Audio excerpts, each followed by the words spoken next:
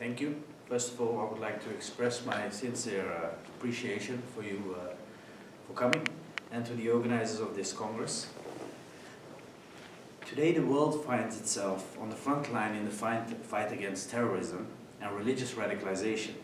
The human cost of the phenomenon has been felt in every corner of the globe.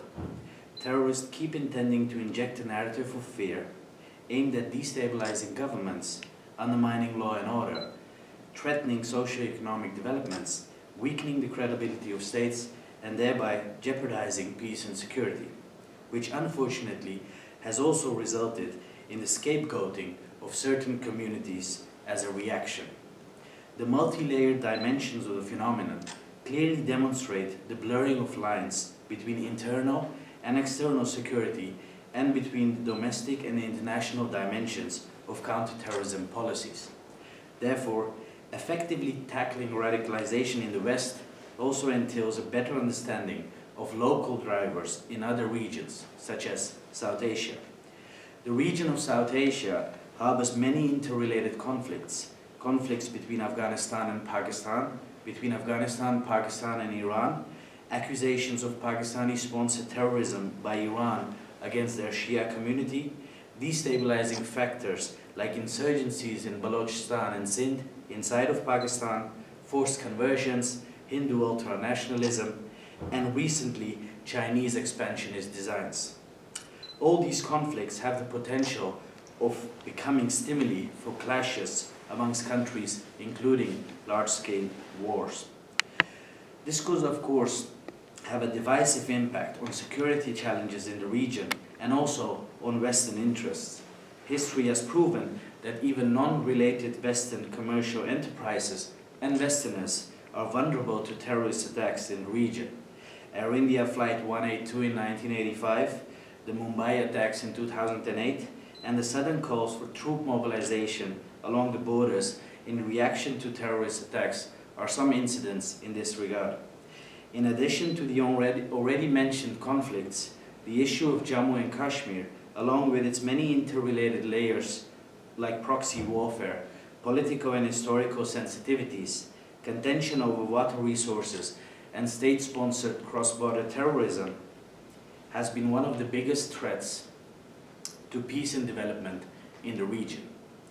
On the other hand, contentions which are seemingly unrelated can fuel confrontations and influence opinions in separate countries and have recently proven to exacerbate religious extremism. The conflict between Muslims and Buddhists in Myanmar has cited elements from Afghanistan, Pakistan and Bangladesh to broaden the boundaries of their belligerency with religion as its only debatable basis. One can also not afford to underestimate the formidable infrastructure of terrorism in South Asia. The disturbing mushrooming of madrasas in the region should certainly not be trivialized.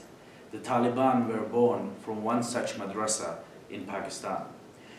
There are tens of thousands of madrasas in Afghanistan, Pakistan, India and Bangladesh which only promote religious education based on the tenet of extremism. Individual donations, charity, and at times monetary assistance from local governments are their only source of income, and hardly any of their operations, finances, or even curricula are regulated. Like many other regions, South Asia also encounters a rapidly transforming violent extremist landscape that is increasingly transnational in nature.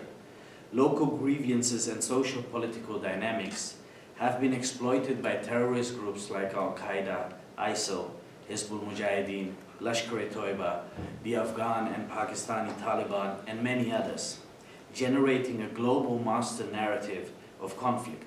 Many of these groups are known to receive active support from state actors to pursue strategic objectives. Breakup of such unholy alliances as the one between the Pakistani army and religious terrorist groups is constrained by the country's military establishment's belief that terrorism still has an external utility. The explanation for this ambivalence is the selective counter-terrorism measures and their characteristic focus on contention with their eastern and western neighbors. The Pakistani army along with the country's powerful intelligence agencies, still distinguishes between bad terrorists, those who target Pakistani security forces like the TTP, and good terrorists, those who advance its strategic objectives vis-à-vis Afghanistan, India, and Indian-administered Jammu and Kashmir, like the Afghan Taliban, Lashkar-e-Toiba, and Hizbul Mujahideen.